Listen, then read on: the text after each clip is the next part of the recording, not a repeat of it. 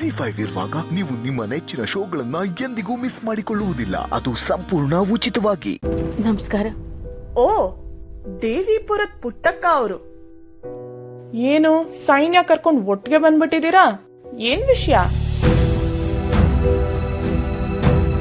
Madam ಅವರೇ, ನಿಮ್ ತವ ನನ್ನ ಮಗಳ ಸ್ನೇಹ ವಿಷಯನ ಒಸಿ ಮಾತಾಡೋದಿತ್ತು. ಮಾತಾಡಕ್ಕೆ ಇನ್ನು ಏನ್ ಉಳ್ದಿದೆ ಪುಟ್ಟಕ್ಕ? ಹಾಗೆಲ್ಲ ಹೇಳ್ಬೇಡಿ ಮೇಡಮ್, ದಯವಿಟ್ಟು ನೀವೇ ನಮಗ್ ಸಹಾಯ ಮಾಡ್ಬೇಕು. ಓಹೋ, ನನ್ ಸಹಾಯ ಇವಾಗ ಬೇಕಾಗ್ತಾ ಇದೆಯಾ? ಮೇಡಮ್ ಅವರೇ, ನಿಮಗೆ ಕೈ ಮುಗಿದು ಕೇಳ್ಕೊತೀನಿ. ನಮ್ಮ ಸ್ನೇಹ ಇವನ್ ತಪ್ಪು ಮಾಡಿಲ್ಲ. ಯಾರು ಆಗದೆ ಇರೋ ಕಿಡಿಗೇಡಿಗಳು ಹಿಂಗೆಲ್ಲ ಹುನ್ನಾರ ಮಾಡಿ ಅವಳ ಹೆಸರನ್ನ ಹಾಳು ಮಾಡ್ತಾವ್ರೆ. ನೋಡಿ ಪುಟ್ಟಕ್ಕ, ಹೆತ್ತವ್ರಿಗೆ ಹೆಗ್ನಾನು ಮುದ್ದೆ, ಆದ್ರೆ ಜನಕ್ಕೆ ಸಮಾಜಕ್ಕೆ ಹಾಗಲ್ಲ. ತಪ್ಪು ಮಾಡಿದವರು ಒಂದಲ್ಲ ಒಂದಿನ ಸಿಕ್ಕಾಕೊಳ್ಳೇಬೇಕು. ಅಯ್ಯೋ, ದಯಮಾಡಿ ಹಂಗೆಲ್ಲ ಹೇಳ್ಬೇಡಿ ಮೇಡಮ್ ಅವರೇ. ನನ್ನ ಮಗಳು ಯಾವ ತಪ್ಪು ಮಾಡಿಲ್ಲ. ಹಾಗಂತ ನೀವ್ ಹೇಳ್ತಿದ್ದೀರಾ, ಆದ್ರೆ ಸಿಕ್ಕಿರೋ ಎವಿಡೆನ್ಸು ಮೀಡಿಯಾ ಎಲ್ಲ ನಿಮ್ ಮಗಳು ಮಾಡಿರೋ ತಪ್ಪನ್ನ ಸಾರಿ ಸಾರಿ ಹೇಳ್ತಿದ್ಯಲ್ಲ. ಮೇಡಮ್, ನನ್ ತಂಗಿ ಸ್ಯಾನೆ ಒಳ್ಳೆಯವಳು. ಮೇಡಮ್, ಇದ್ರಲ್ಲೇನೋ ಮಿಸ್ಟೇಕ್ ಆಗಿದೆ. ಆ ಸಿಂಗಾರಮ್ಮ ಬೇಕು ಅಂತಾನೆ ನಮ್ ಸ್ನೇಹಕ್ಕನ್ ವಿರುದ್ಧ ಅಪಪ್ರಚಾರ ಮಾಡ್ತಿದ್ದಾರೆ ಮೇಡಮ್. ಏ ಹುಡ್ಗಿ, ನೀನೇನ್ ಸಾಮಾನ್ಯ ಅಂತ ಬೇರೆಯವ್ರ ಮೇಲೆ ದೂರ ಹಾಕ್ಬೇಡ. ಮೇಡಮ್ ಅವರೇ, ನೋಡಿ ಪುಟ್ಟಕ್ಕ ಅವ್ರೆ, ಮೊದ್ಲು ನೀವು ನಿಮ್ ಸುತ್ತ ಇರೋ ಜನಗಳಿಂದ ಹುಷಾರಾಗಿರ್ಬೇಕು.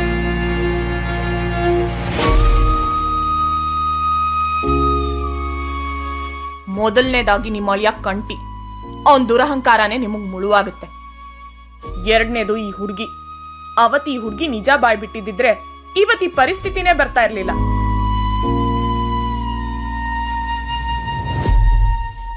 ಮೂರನೇದಾಗಿ ನಿಮ್ ಬೀಕ್ತಿ ಬಂಗಾರಮ್ಮ ಅವರು. ಅವ್ರು ತಮ್ಮ ಅಧಿಕಾರನ ಬಳಸಿ ಇನ್ನು ಏನೇನ್ ತಪ್ಪು ಮಾಡಕ್ ನೋಡ್ತಿದಾರೋ ಏನೋ. ಮೇಡಮ್ ಅವರೇ, ನಮ್ಮ ಸುತ್ತ ಅಂತ ಜನಗಳು ಯಾರು ಇಲ್ಲ. ಹಾಗಂತ ನೀವ್ ಅನ್ಕೊಂಡಿದ್ದೀರಾ ಅಷ್ಟೇ. ನಿಮಗ್ ತೊಂದ್ರೆ ಆಗ್ತಿರದೆ ಇವ್ರುಗಳಿಂದ. ಮೇಡಮ್ ಅವ್ರೆ, ನೀವು ಹಳೆ ವಿಚಾರನ ಮನ್ಸ್ನಾಗ ಇಟ್ಕೊಂಡು ಹಿಂಗ್ ಮಾತಾಡೋದ್ ಸರಿನಾ? ಹೌದು ಮೇಡಮ್, ಬೇಕಾದ್ರೆ ನಾನು ನಿಮ್ಮ ಹತ್ರ ಕ್ಷಮೆ ಕೇಳ್ತೀನಿ. ಮೇಡಮ್ ಅವರೇ, ದಯಮಾಡಿ ನನ್ನ ಮಗಳ ಹೆಸರು ಉಳಿಸೋಕೆ ಸಹಾಯ ಮಾಡಿ. ಇದರಿಂದ ಯಾರ್ಯಾರು ಸಂಚು ಮಾಡೋರೋ ಅವ್ರಿಗೆಲ್ಲ ಶಿಕ್ಷೆ ಕೊಡಿಸಿ ಬಂಧಿಸಿ. ನೋಡಿ ಪುಟ್ಟಕ್ಕ, ನಿಮ್ ಮಗಳ ವಿರುದ್ಧವಾಗಿ ಸಾಕ್ಷಿಗಳು ಸ್ಟ್ರಾಂಗ್ ಆಗಿರೋದ್ರಿಂದ ಸ್ನೇಹನ್ ವಿಚಾರದಲ್ಲಿ ನಾನೇನು ಸಹಾಯ ಮಾಡಕ್ಕಾಗಲ್ಲ.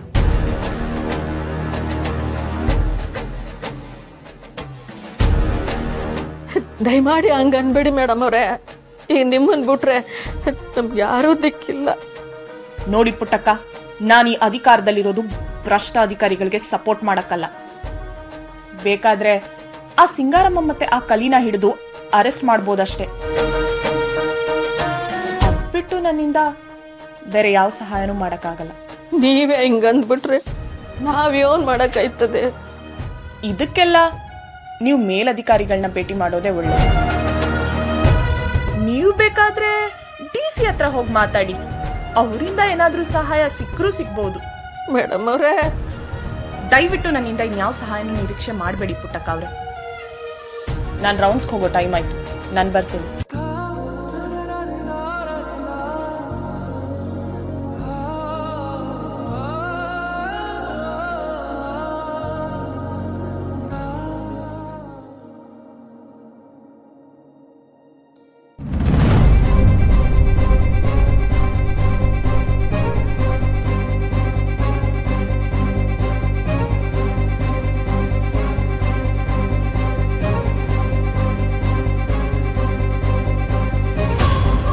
ಇವತ್ತು DC ಸಾಹೇಬ್ರಿಗೆ ಅರ್ಜೆಂಟ್ ಕೆಲಸ ಇರೋದ್ರಿಂದ ನೀವು ಇವತ್ತು ಅವ್ರನ್ನ ನೋಡೋಕ್ಕಾಗಲ್ಲ. ನೀವೆಲ್ಲ ನಾಳೆ ಬನ್ನಿ. ಅಯ್ಯಯ್ಯ, ಹಂಗನ್ಬೇಡಿ. ನಾವು ಇವತ್ತು ಯೋಟತ್ತಾದ್ರೂ ಸರಿ DC ಸಾಹೇಬ್ರನ್ನ ನೋಡ್ಕೊಂಡೇ ಹೋಗ್ಬೇಕು. ಹೌದು ಸಾಹೇಬ್ರೆ, ಒಂದ್ ಮುಖ್ಯವಾದ ಇಸಿ ಐತೆ. ನಾವು DC ಸಾಹೇಬ್ರ ಹತ್ರ ಮಾತಾಡ್ಲೇಬೇಕು. ಒಂದ್ಸಲ ಹೇಳಿದ್ರೆ ಅರ್ಥ ಆಗಲ್ವೇನಮ್ಮ? ನಾಳೆ ಬನ್ನಿ. ಇದೇನವ ಹೀಗೆ ಹೇಳ್ಬಿಟ್ರು? ಏನವ ಮಾಡೋದೀಗ? ಅದೇ ನಂಗೂ ಗೊತ್ತಾಯ್ತಾ ಇಲ್ಲ. ಹೋಗ್ರಮ್ಮ ಇಲ್ಲಿಂದ.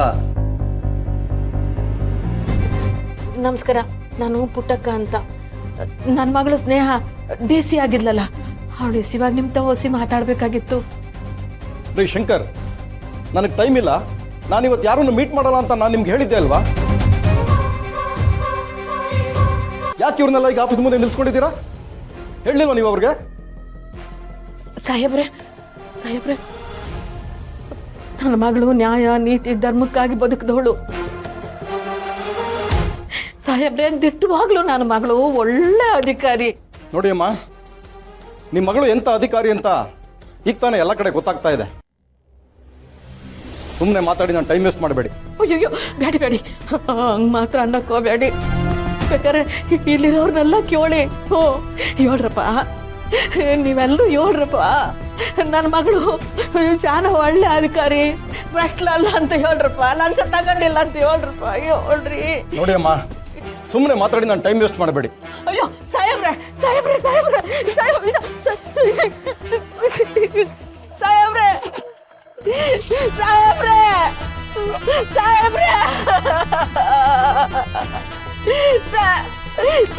ನನ್ನ ಮಗಳು ಕೆಟ್ಟೋಳಲ್ಲ,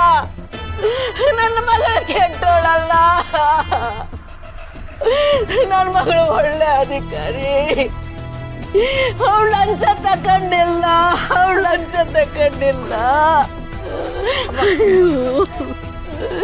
ಅಯ್ಯೋ, ಅವಳು ಲಂಚ ತಿಂದಿಲ್ಲ. ಅವಳು ಭ್ರಷ್ಟಲಲ್ಲ. ಅವ್ವ ಅಳ್ಬೇಡ ಕಣವ್ವ, ಸಮಾಧಾನ ಮಾಡ್ಕೊ. ಅವ್ವ ನೀನ್ ಅಳ್ಬೇಡ ಅವ್ವ, ನೀನ್ ಹತ್ರ ನನ್ಗೂ ಅಳು ಬರುತ್ತೆ. ನೋಡಮ್ಮ, ಕಚೇರಿ ಮುಂದೆ ಈಗೆಲ್ಲ ಗಲಾಟೆ ಮಾಡಬಾರ್ದು. ದಯವಿಟ್ಟು ಇಲ್ಲಿಂದ ಹೊರಡಿ. ನಿಮ್ಮ ಅವ್ವವ್ರನ್ನ ಕರ್ಕೊಂಡೋಗಿ.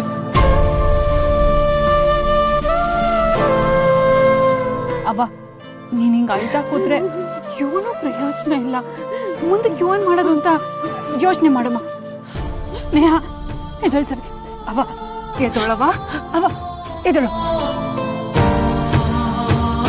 ಸ್ನೇಹ ನೀನು ಅವನ ಮನೆ ಕರ್ಕೊಂಡು ಹೋಗ, ನಾನು ಸುಮ್ಮ ರೆಸ್ಟ್ ಹೋಗ್ತೀನಿ. ಸುಮ್ಮ